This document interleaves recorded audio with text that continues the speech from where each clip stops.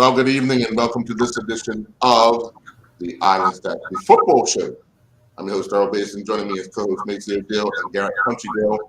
We have to give our apologies for Coach Kita, who is in the Dominican Republic with the under-17 women's national team. Unfortunately, they just went down 7-0 to Jamaica in their opening under-17 championship match. They don't have much time to regroup. They take on Canada on Tuesday. Tall order, but they'll get their chances. And I think the best way to get your chances is to be involved. So this group here is going to be really tough for them to play because they're moving up a level. Maceo, you just watched.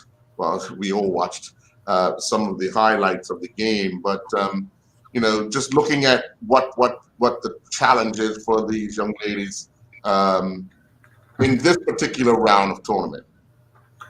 Yeah, well, I mean, let's just back up. They're actually been put in the group of this because of the women climbing up the standards, holistically as Bermuda has participated. So some of the results of our older teams have now moved Bermuda up the FIFA rankings. So in moving Bermuda up the FIFA rankings, you're now pitted against the Canadas, the Jamaicas, and the Dominican Republic in one group. So it's a tall order, and it's a tall order. And some of these girls that this will be their first international exposure.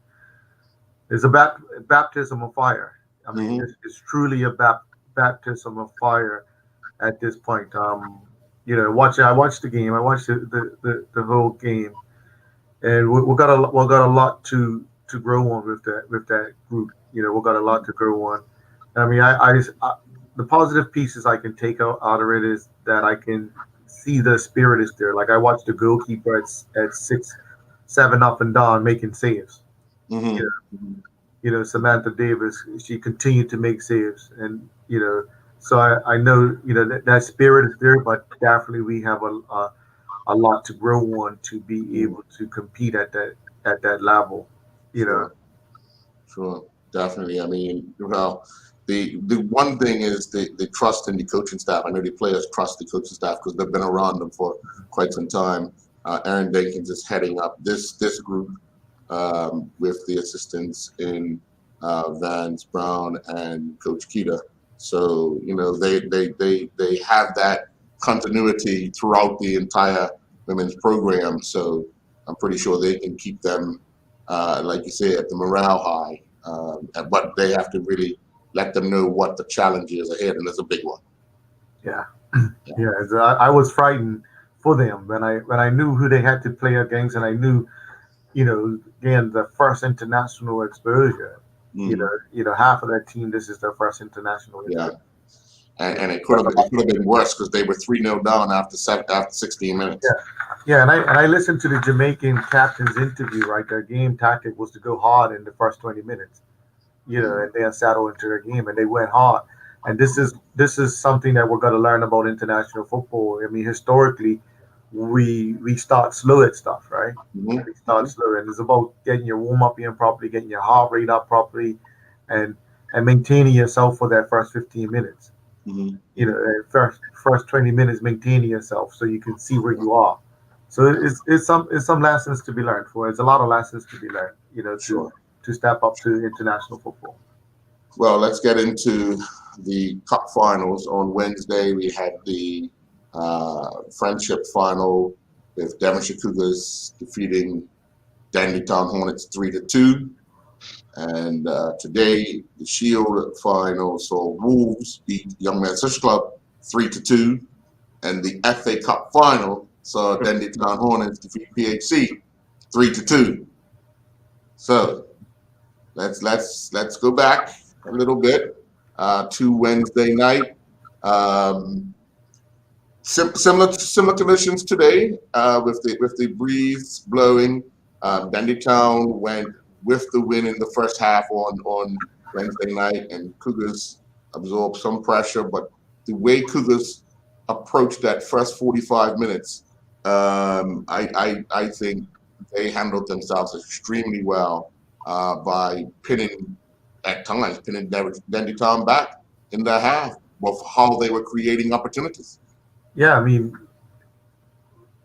we think one player doesn't make a difference. One player and one piece of that puzzle makes a big difference. So let's understand that Eton had a Sunday Fabregas, right? They're holding midfielder that's stopping attacks and linking attacks for his team. So he protects the back four and then he link. And you can see the difference today when he played. And he was out the other day, and they didn't cover that. And I think if I back up, I think Danny Town got the selection wrong from the start because they had three force things they had to do in Jermaine being at left back, Sunday at holding midfield, and the way up in the center.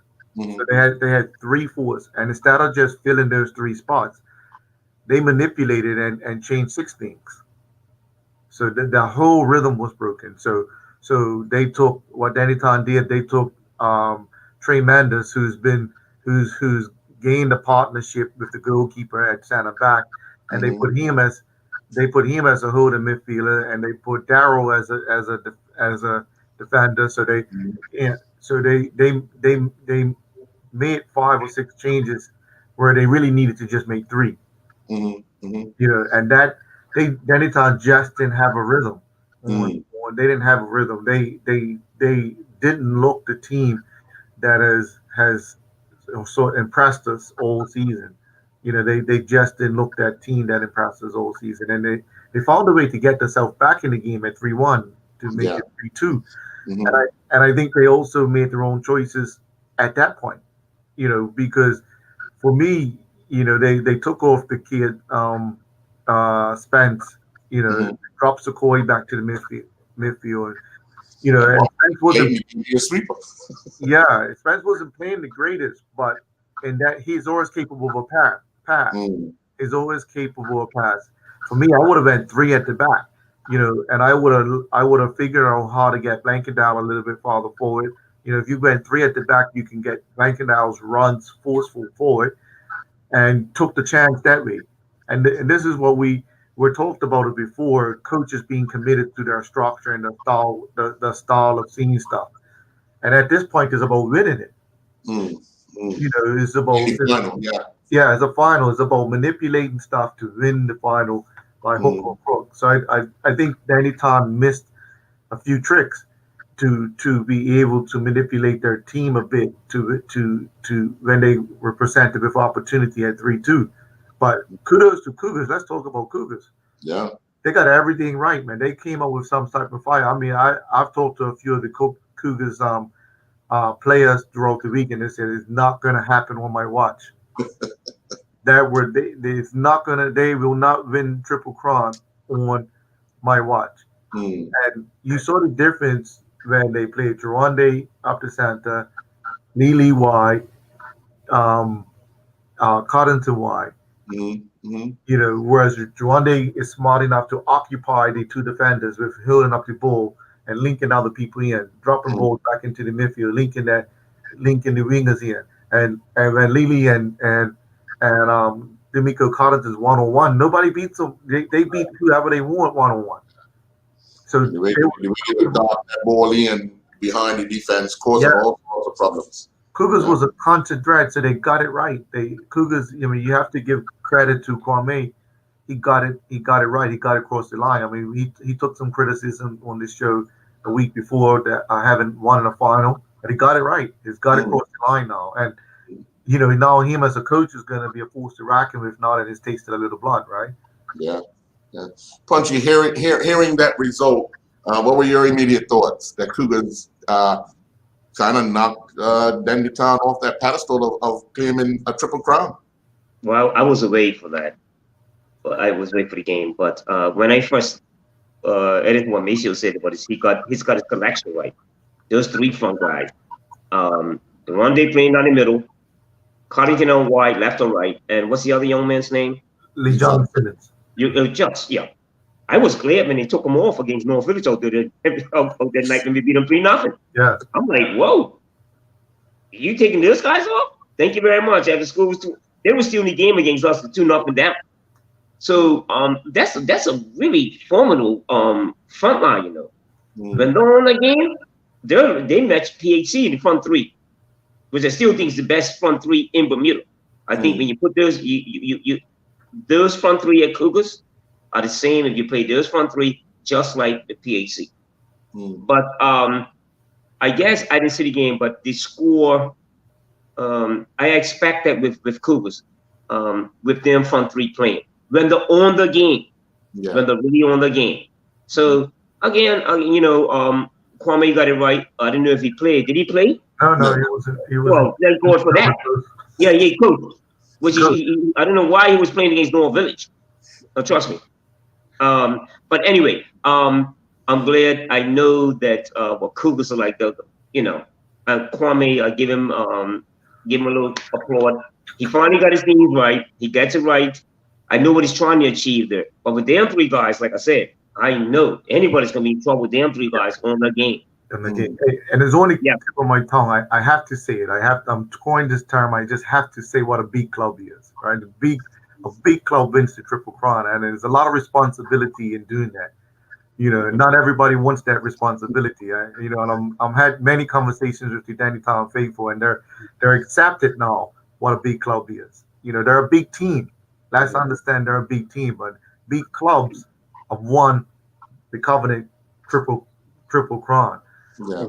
Then it still eludes them. You know, the Triple Crown still eludes them, and it was a disappointment. And I bring that piece up as I dovetail into today's game that they picked themselves up. So that's what big teams do.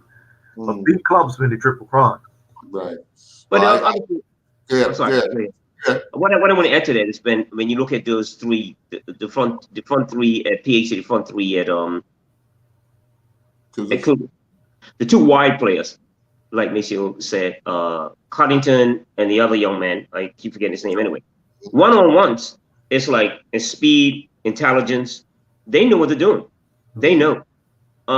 Maybe at times when they played against Norfolk, you know, there was like times the final pass or the final delivery wasn't on there against Norfolk that night when we beat them 3-0. But yeah, that's. And I'll speak about that later. But PHC, what I thought happened today. But you know, again, I'm glad for Cougars, and that's another tick to Kwame in terms of what he's trying to build on the Devonshire Rack. Yeah.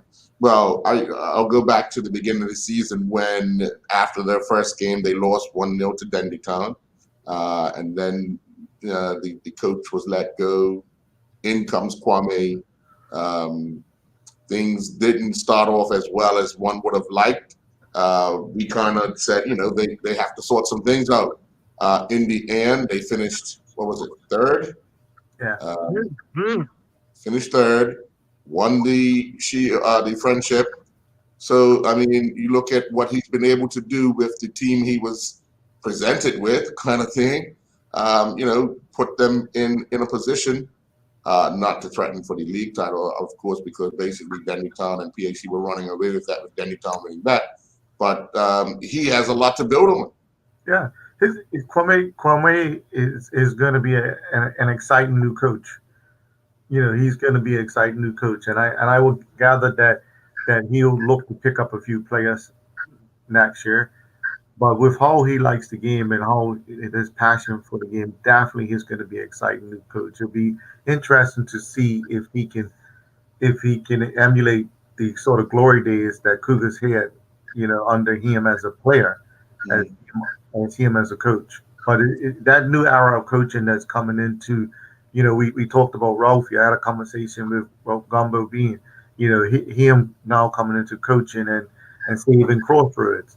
You know, you got at North Village, you also got Jamaica Jennings. It's like, okay, what he's going to do. These are the new coaches of the game that be interesting to see where they take this here. You know, where they take this process in the game. Yeah, if Cougar's gonna take another step, I'm concerned about the outside, the wing backs or the full backs. Not really. I saw the right fullback. I don't know his name. They're playing against Norfolk. He was in all types of trouble out there that night. And so there's one position that Kwame would probably have to start looking at, and even on the left side.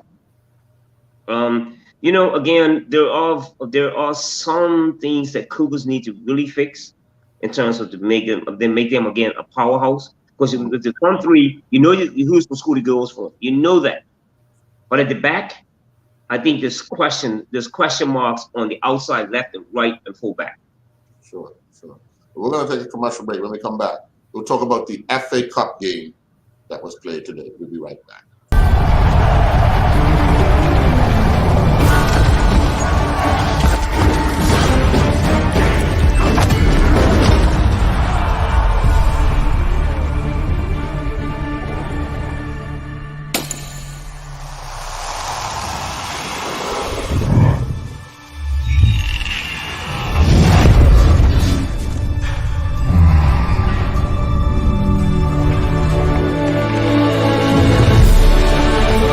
Putting down the weapons.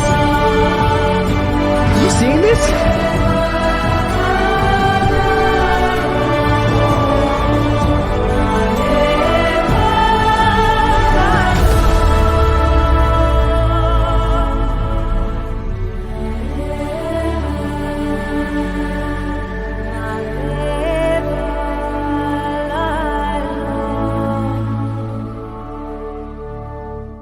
This month, John Barrett & Son bring us a premium thirst quencher from North Carolina, the Blue Ultra Purified Water. Many other bottled waters use reverse osmosis to reach an acceptable level of purity. Le Bleu uses a 5-step purification process, which includes fractional vapor compression, distillation, and ozonation, assuring purity and a unique, appealing flavor. Consumer testimony repeatedly praises the taste of Le Bleu compared to the other brands, and this, along with superior purity, makes Le Bleu a must-try. Lindo's. Why go anyplace else?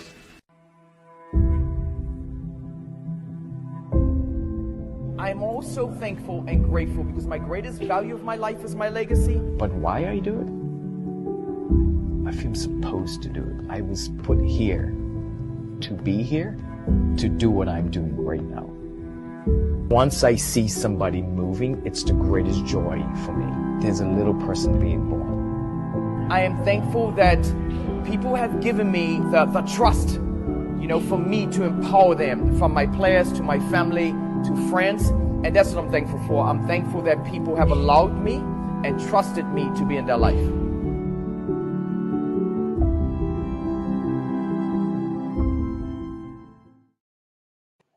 Welcome back. Well, after their loss on Wednesday night, the Dennytown Hornets bounced back to defeat PHC Zebras 3-2. Going against a strong wind, they took a 2-0 lead, looked a lot comfortable. PHC scored. Not much panic set in, although there was some discomfort. PHC would score again, making it 2-2. And I think both teams then looked not to make any mistakes. So the flair and the flow of the game kind of bent a little bit. But then to lose the FA Cup on an own goal, boy, oh boy. How does that? Yeah, I mean, for me, I kind of feel for Dennytown, right? Excuse me. I feel for him because we all know what they was aiming for, the Triple Crown, and historically those games are spaced out within a week. It gives you some time, right?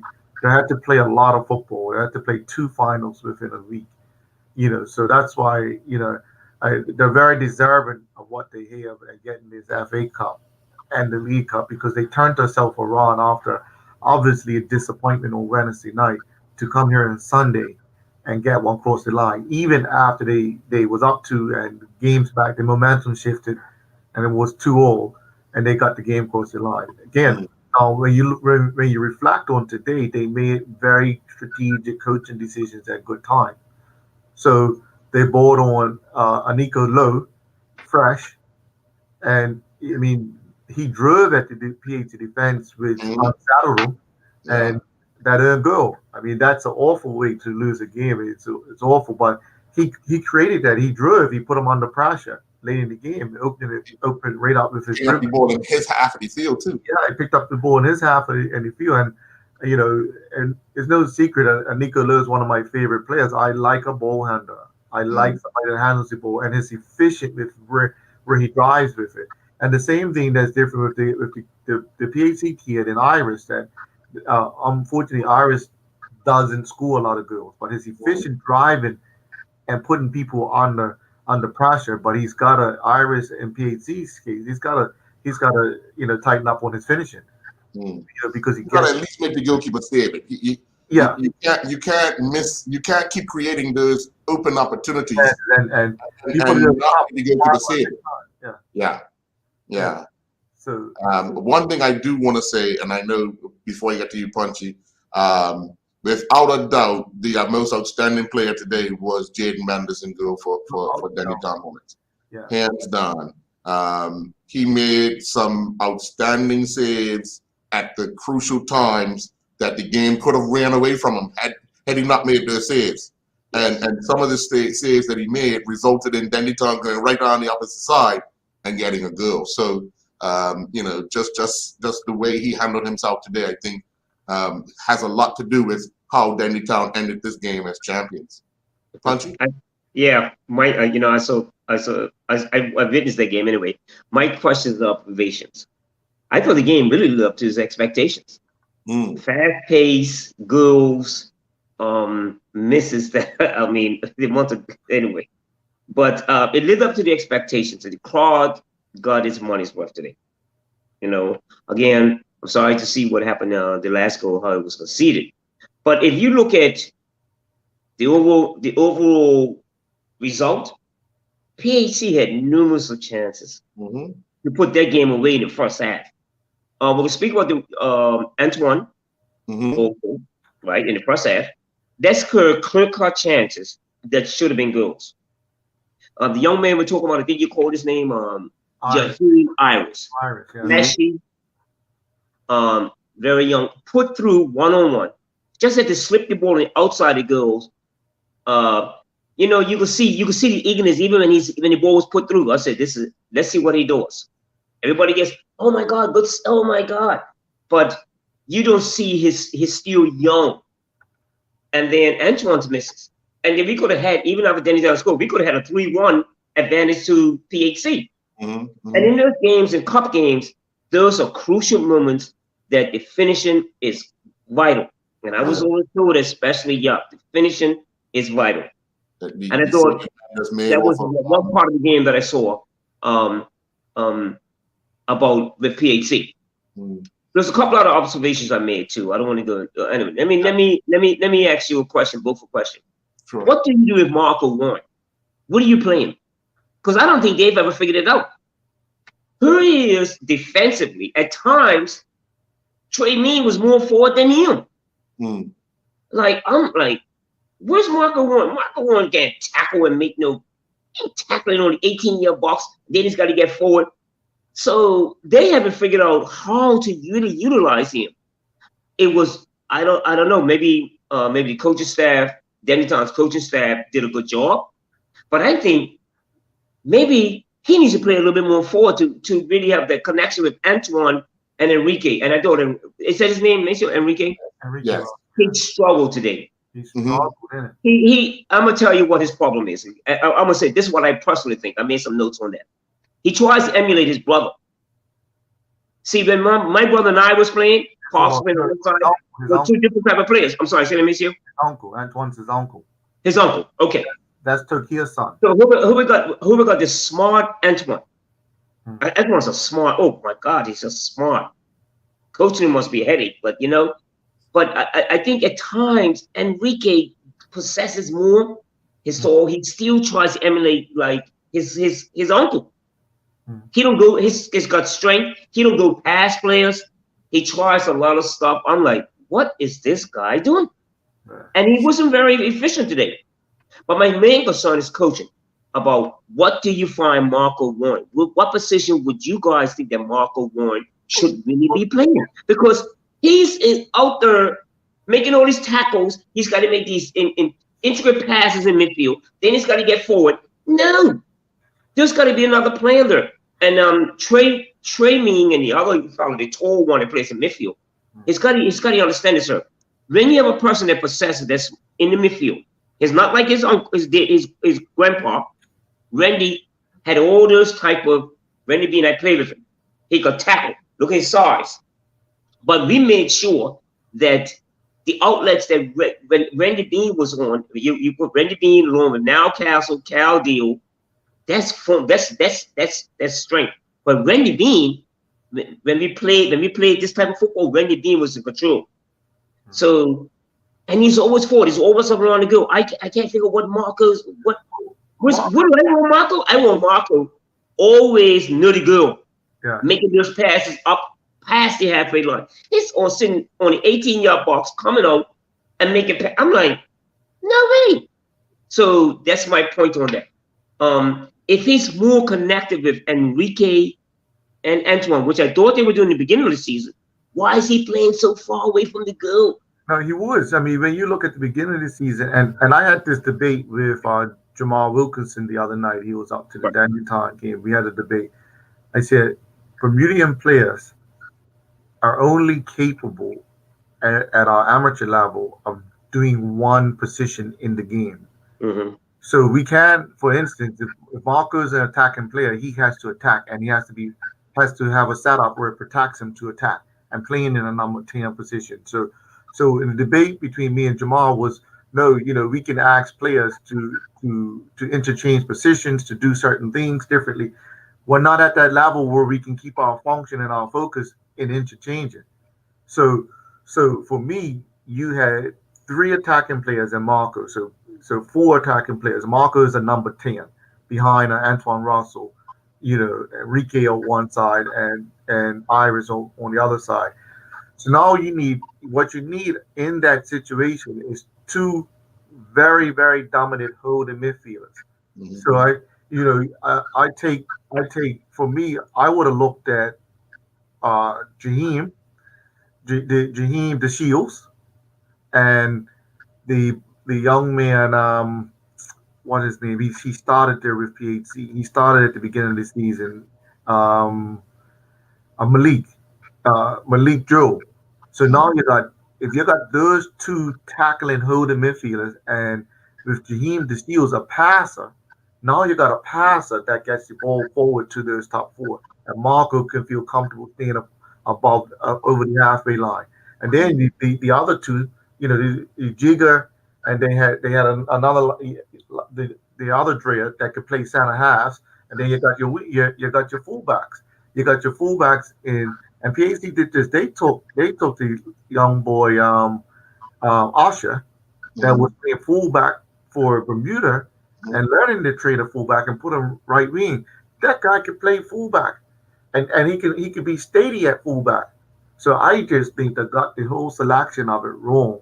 They got the selection wrong, and they took away from the potential that Marco, as an attacking player, offers them to create opportunities. It's just. Well, I'm glad you brought that out, and our style of football. Because after a while, when they go from front to back, they go to top. It worked at times, but when the second ball, when Danny Tom won the first ball, PAC win the second ball when he comes back in, where's Marco? Yeah. See. You got to understand what I see in terms of my thought process of this, and I kept watching where Marco ends up. Where does he end up? How many shots he gets on goals? He will play a correct ball in the middle of the third and in the defensive third of the field. Okay, he plays a correct ball. But let's see what, by the time he gets up there to near the goal, the ball doesn't get to him. The ball doesn't get to him. So, my thing, adding to what you're saying, Maceo, there's a cause for concern about when you have the right players, you just got to know what to do with them. I don't think they don't know. And I think that happens with the national team too, because he is gifted. Don't matter his size, he's got quality. Mm-hmm. How does the team play and adjust so they get him the ball in good positions? And he's running all day. He's running left to right. I would like to put a tickle on him and say, track all the work where he does. All the work he does. No, gifted player. Listen, seriously speaking, Let's look at the gifted players like him around the world. You know who got it right for Marco, and I don't know that he necessarily liked it. Who got it right and protected him that he could play forward was Scott Morton. Scott Morton actually got it right, and because part of Marco wants to be involved in everything. Part of his behavior, he does want to be involved in everything, but you got to force him to be involved in the last third. Got to force him. So his that type of player that he wants to be involved in everything. Earlier in the season, we were questioning about why he was going so deep to pick up the ball. Right. And he explained it. He explained that he wanted to make sure that the service was there. Yeah. So I mean, well, he did say, he was looking to make sure that the forwards got service. Okay, but then we asked him about the fact that he's given the service, but got a lot of work to do to catch up, kind of thing. I guess times it works, sometimes it don't. For me, but if we were to chart this, say we had a blackboard, just like they do on the EPL, and we charted was his most important passes. Yes. His most important passes in his last start. Yeah. Now what you go for Marco Bean? Yeah. Seriously? Not ready. So what you got to figure out is, okay, Mr. Trot, what you going to do with that player? And I think it's the same thing what Maceo saying. What do you do for Marco Warren? Small in stature. Do we build a game around him? I think so. He sees some stuff. I mean, his work rate is tremendous, but in the wrong part of the field, in areas that don't matter. Yeah. And people will get that. Coach, when he plays in the national, they'll figure that out. You go, they put your best player down and make all the good passes in the last third of the field. Yeah, in the middle of the park, but not where he belongs. And that's what I told one of the things. And again, getting back to, hold the midfielders, like you said, Maceo, and Earl. Trey Mean, his body is thick. He doesn't have any legs no more. He doesn't. He just needs to sit, let the other two sit in front of the back four, because he's still tremendous. He still reads the game well. He can play left to right. I'm figuring out, why are you way up the field like that? Let me tell you what else happened. I made a note of it. Whenever the ball was lost in certain parts, when they tried to play the ball to Antoine, and it was a quick break, Trey Mean was almost like a center forward. Yeah. I think it was like 4-3 or identified 4-3. They made better use of the ball in the last third. It could have been bad. But I'm saying to you, that's about coaching. What do you do to analyze where your players are? What do you use Trey Mean like? If I was coaching Trey, I said, Trey Mean, where do you think you're gonna be playing? You want you to stay in the middle, direct traffic, stay calm, direct everybody else, play left to right, switch in the play. That's what I want you to do. And he's all over the place too. Well, that's where I've talked about Trey Mean wanting to be involved in everything as well, instead of just staying there. Yeah. No, again, in the national team, Trey was the hood in midfield. He had to stay there in the midfield. He didn't come in front of the ball. Mm-hmm. He didn't come in front of the ball. So again, it goes back to coaching and dominating from the coaching standpoint and getting that puzzle piece right. So Trey Mean, he is a passer. He is a passer. But again, a lot of these players want to do 2 and 3 roles within the team rather than just doing that one role correct.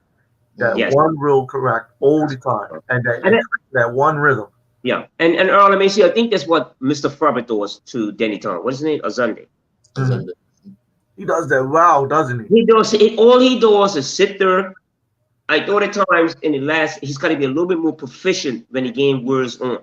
Well, what we're going to do, let's take a quick break.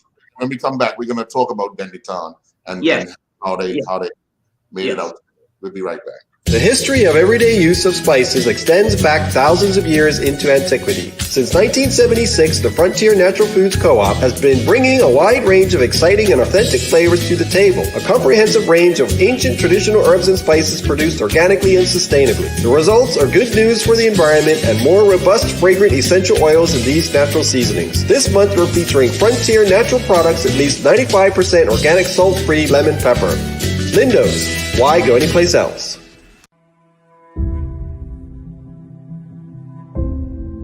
I'm also thankful and grateful because my greatest value of my life is my legacy. But why I do it?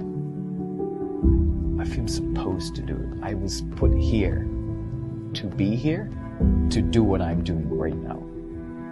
Once I see somebody moving, it's the greatest joy for me. There's a little person being born. I am thankful that people have given me the trust, for me to empower them, from my players to my family to friends. And that's what I'm thankful for. I'm thankful that people have allowed me and trusted me to be in their life.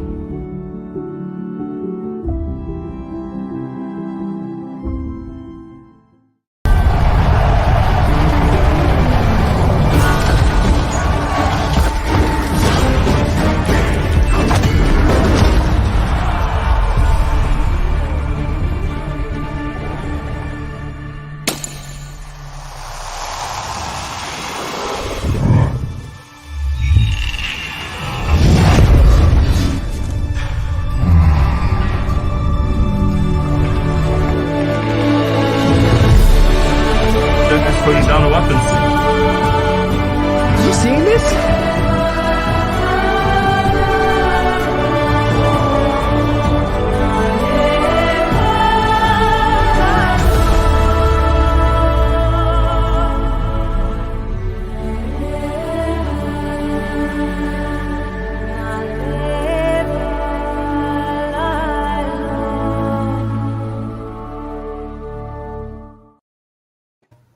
And welcome back. Well, of course, Dandy Tom, as you said, Maceo, they got it across the line today. They done what was required to pick up that next trophy that they were looking for and end the season how they were hoping to end it, with a trophy. Yeah, man. I mean, Danny Tom scored 2 goals in the first half against the win. Mm-hmm. And as Punchy was saying, they were far more educated and efficient with what they had going forward, and when they created opportunities, they was much more ruthless in creating and finishing the chances that they had, and that's an attachment to how they set up. Mm-hmm. How they set up today, and one player makes a big difference. Sunday Herbert made a big difference in the balance and that puzzle piece. It'd been interesting to see if he was available on Wednesday night, what that difference looks like. He just makes the difference and sits in there and he provides the right passes. He occupies the right spaces, and he stops attacks again. He protects that back four, and he starts the first ball. He always starts the correct first ball in Danny Tom being able to go forward. That leads to the goal. But again, character. We have to accept the character Dandy Tom should. I mean, look what happened today. The head coach is not there. Rhea, the defender that's been a rock all season, is not available. Jermaine, their free kick specialist, set ball specialist, not available. And they got the game across the line again. They got the game across the line, and they made the right decisions throughout the game. They made the right start. They started with the right team and the right concept. They made the right substitutes at the right time, and they got the game across the line.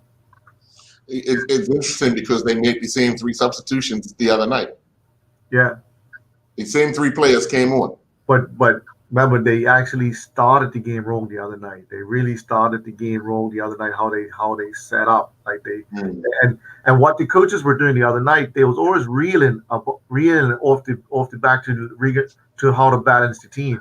They was always reeling to get the rhythm back. So now again, it's about although you made the same 3 substitutes, it's about where did you put players to start the game off and to get that rhythm? And they had that rhythm.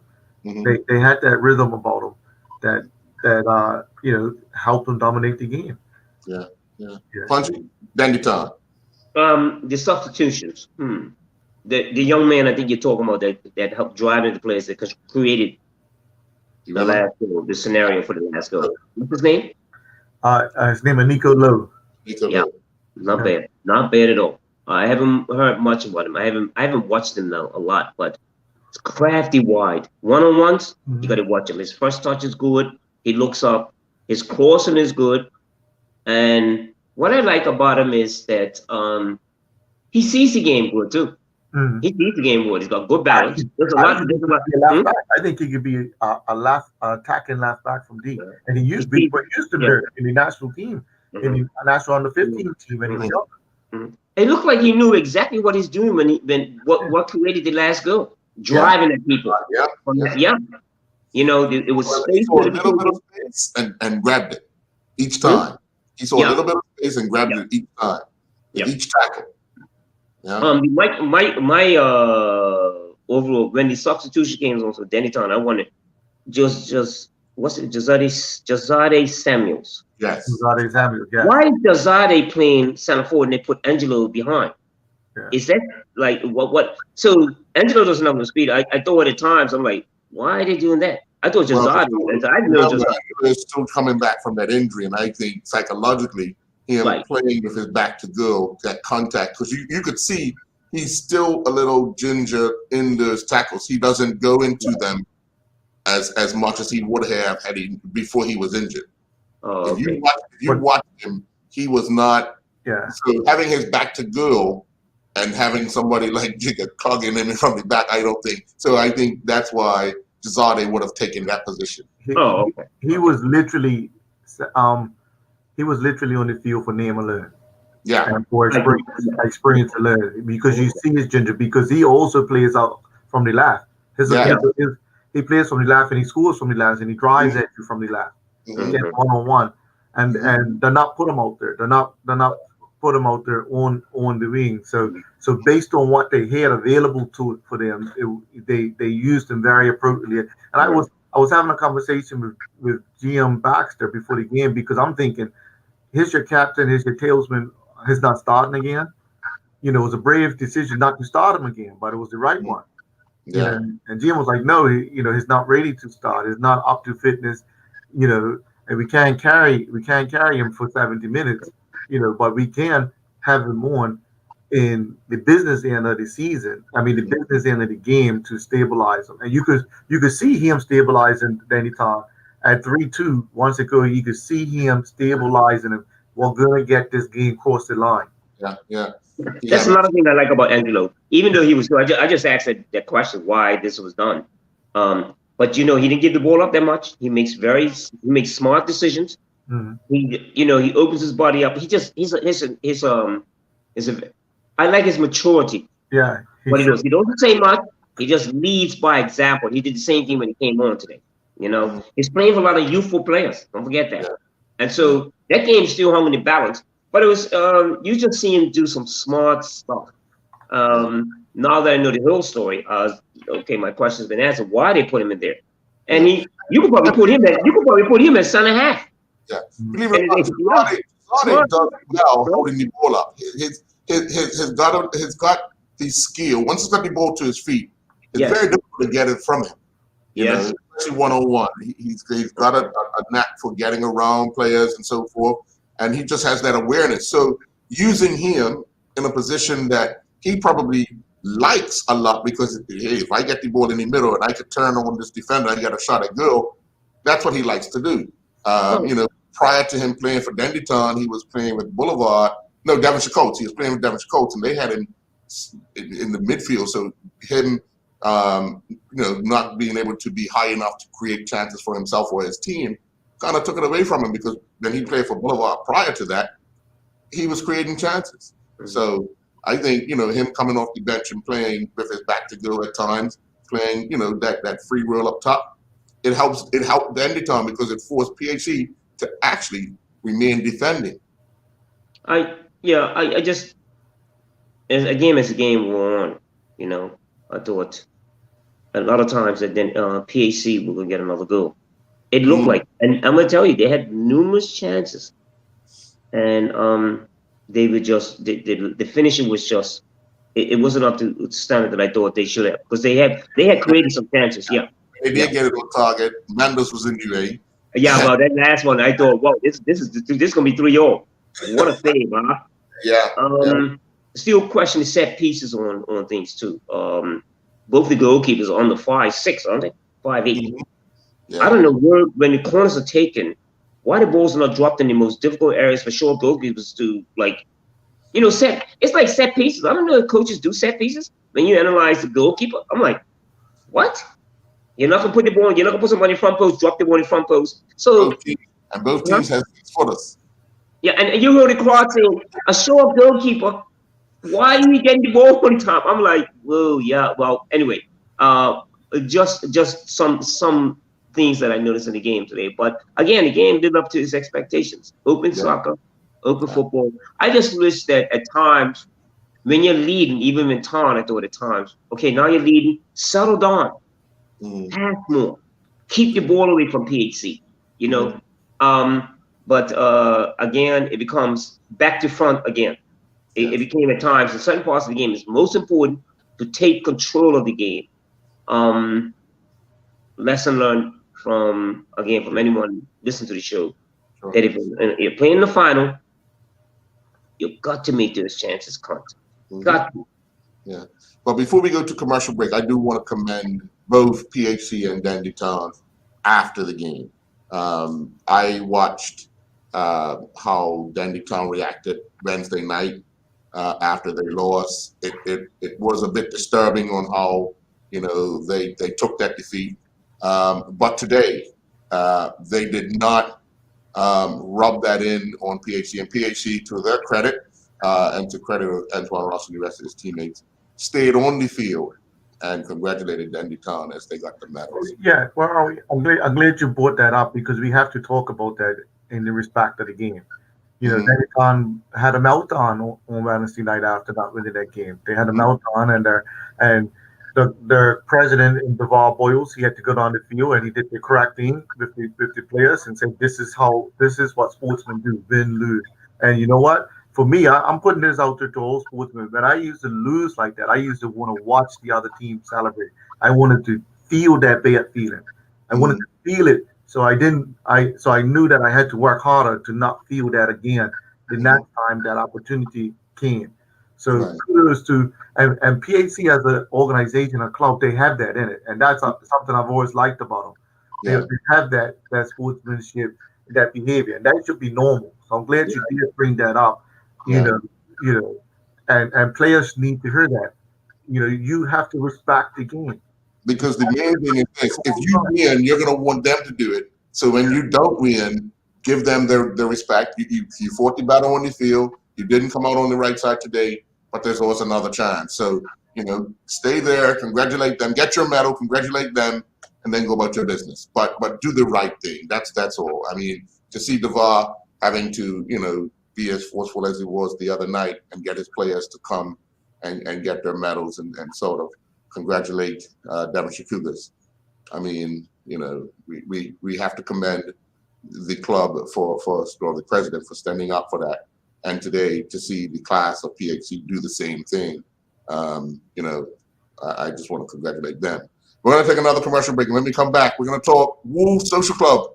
And again, congratulations to the Dandy Town Hornets and Devonshire Cougars for winning the Friendship and the FA Cup. We'll be right back.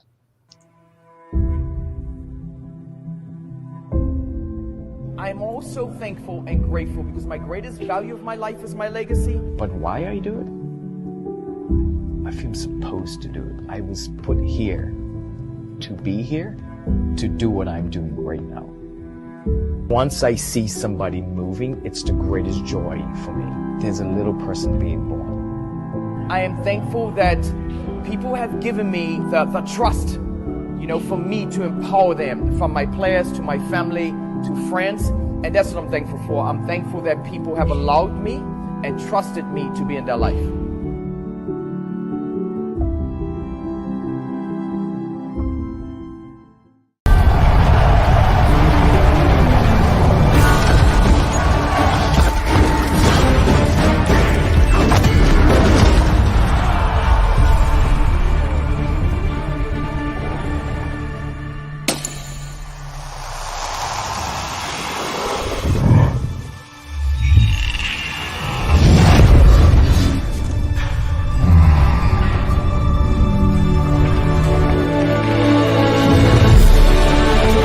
Putting down the weapons.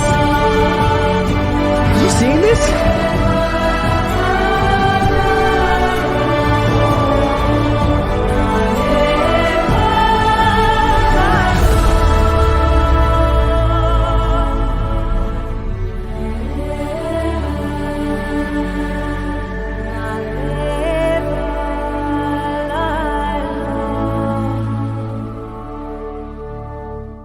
Most of us identify pasta with the joys of Italian food, the most popular cuisine on the planet. After all, pasta is the staple food of Italy, where hundreds of varieties are enjoyed daily. While traveling in the Far East, the founder of the Explore Cuisine company was surprised and impressed by the variety of exotic pastas he found, sampled, and enjoyed there, and resolved to bring this knowledge back to enrich the cuisine of the West. This month, we're featuring delicious Explore Cuisine organic mung bean fettuccine and black bean spaghetti.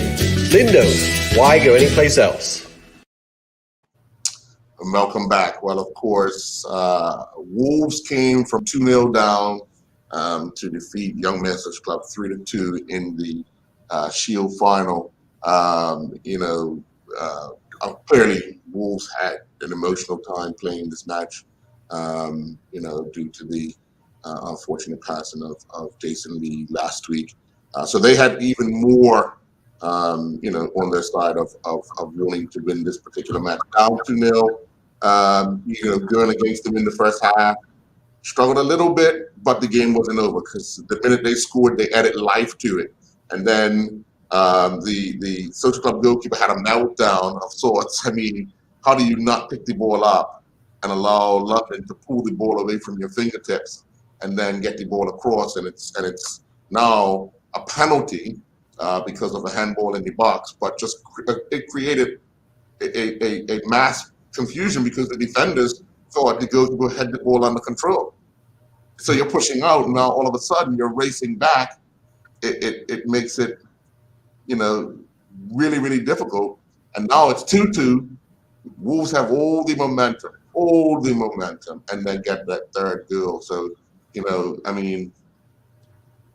kudos to them for fighting back, and Social Club, lesson learned. What you thought, Maceo? Yeah, I was a bit disappointed in both teams when they had to play against the win. Mm-hmm. Both of them struggled to be able to get out of half against the win.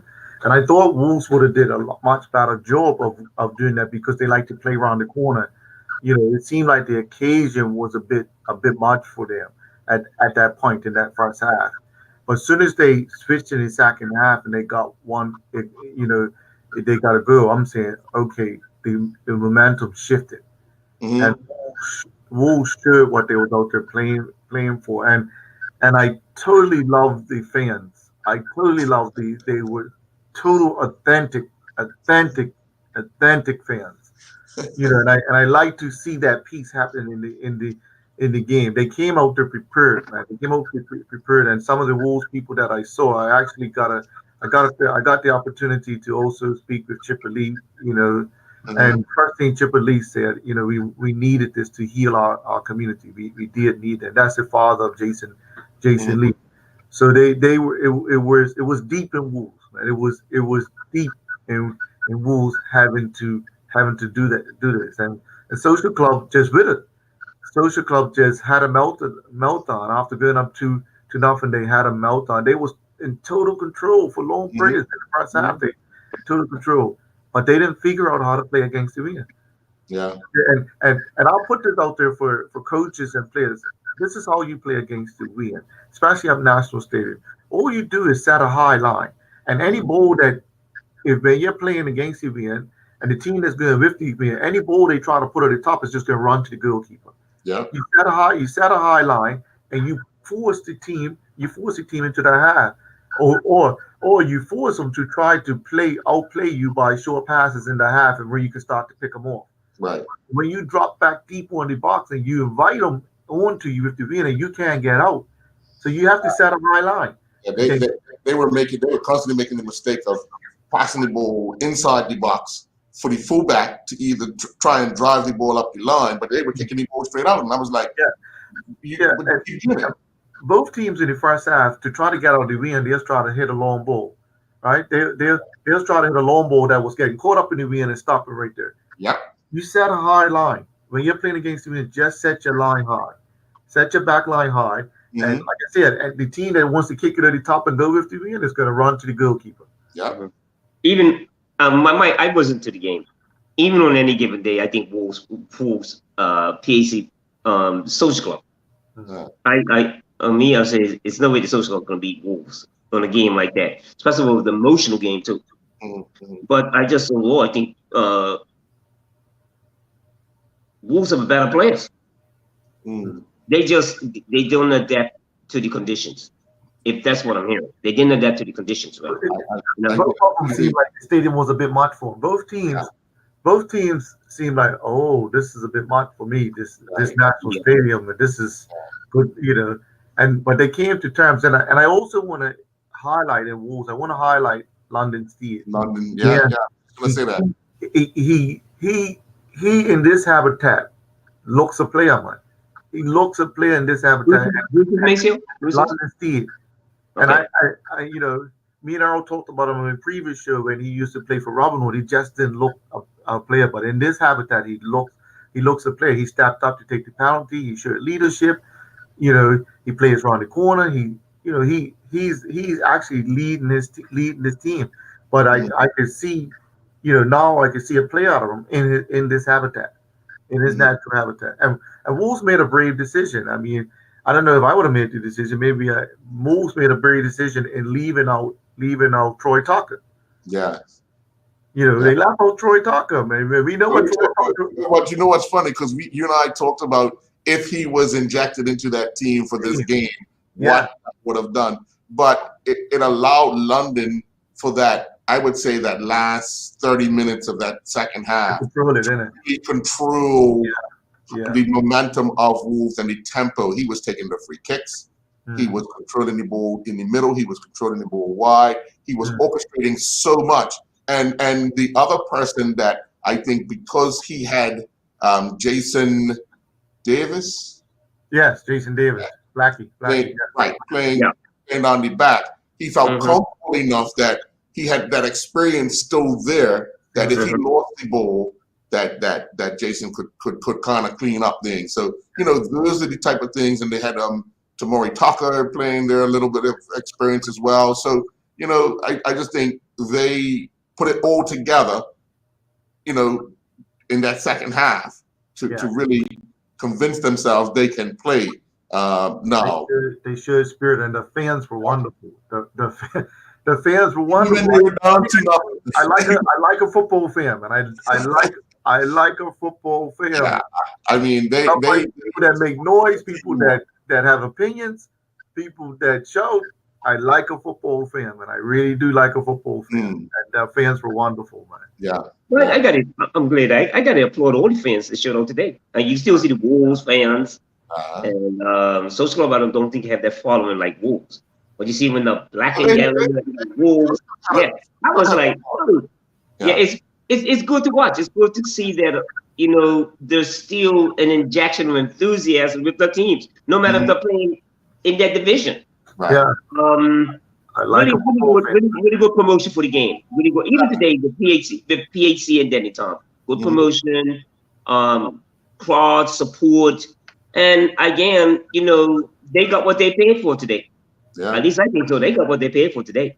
Yeah, excitement. And again, every time we watch them, it was a good way to end the season. Yes, you're absolutely right. You're absolutely right. Yeah. If anybody wanted to end the season with a good game, good 2 games, that's what they got at the National Sports Center today. Yes, Cap that off with Wednesday night's performance of Devonshire Cougars. I mean, you know, we've had an exciting season. We've had promotion, we've had relegation. The relegation came down to the last week. The league title in both divisions, you know, we're kind of run away with. But look, that semifinal in the Shield, the 2 teams that got promoted were both knocked out. And Social Club into the final. So, you know, sometimes in cup games, the attitude is a little different because it's a hit or miss. And or, you know, there's 2 nights. Wolves done enough to get by Hamilton Parish, and of course, Social Club defeated Boulevard. Well, we have to also give a little plug for the BFA and the Referee Association. You know, to get us through the season. Remember, we're coming out of COVID season, right? You know, and we're had challenges, and we're completed the season. You know, the completed the season. We're starting international matches again. At times, they bought the international referees when the shortage was there to to complete the season. So these are the things. These are the things that we have to do to respect and to grow football, right? So we need to give a plug because I'm one I do give out criticism, regularly. So I have to commend people when they do the right things and they're doing things to respect the game and to promote and push the game forward. Yeah. Hey, I just add to that, Earl. I just wanted to be known that I applaud the referee association what they're doing. Even in the junior matches, there's representation by the referee association. Yeah. So sometimes we're not going to agree on the decisions, but they're there. Yes. They are there, and you got to put your hands up with them. Yeah. And again, because with the end of the league, with the end of the season coming to what it is now, I just even today, officiate. And I also like what I also did like about today's game in terms of what I saw on the bench in the dugout. People that are the assistants of the team, the assistant coaches, the behavior was good. Mm-hmm. And I'm watching out for that now. The behavior of the coaches. What do the coaches do? What do they show? I thought Coach Rod handled himself well. I also watched the assistant coach for Dennytown, I think Jay. Jay, yeah. Yeah, and his assistant. They, it matters. It matters. And they're the leaders, and their temperament and their tempo, basically, teams feed off of that. So, again about the show and what it is for growth in the country, it's rules to follow. Yeah, that's it. Yeah, and that's what I'm hoping that I'm sure Hamilton Parish will bring it to the top league next year. And I'm hoping that Boulevard does. I'll keep my fingers crossed with that. Yes. What they have to do, what will they bring an organization to the top teams that are there now already? What will they bring? Organization is paramount. I'm glad you brought up Boulevard, Punchy. Mayfield's announcing his coaching them next year. Oh no way! Don't stop. Yeah. Oh yeah. No way. But I'm glad hold on, Macy, before you say anything. They said you said you like a little challenge, so you wouldn't mind coaching Boulevard. Oh, I do like a little. I do like a little challenge. I love a little challenge, and I love Boulevard, the players and what they bring to the game. But me coaching them, that's another thing. Like I said, the only coaching job that the only coaching job I would take right now is at the national level, the women's or the male in the youth or the senior. That's the coaching job I think I need to be challenged at because of what I'm done already domestically. But and that's what would inspire me, something at the national level. But what I wanted to say to the public and about this show, people are starting to address us in the street.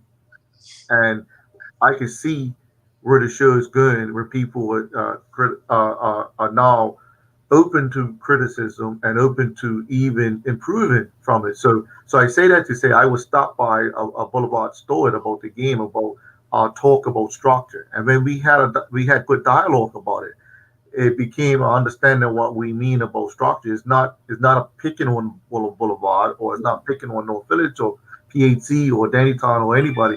Is given a sort of opinionated experience analogous of football so we can improve. And you know what? Most 99% of the time, people have improved. We could go back to last year's show when we were saying, John Barry, you know what? You need to be more ruthless. And that got into his head. And you saw his team start to be more ruthless.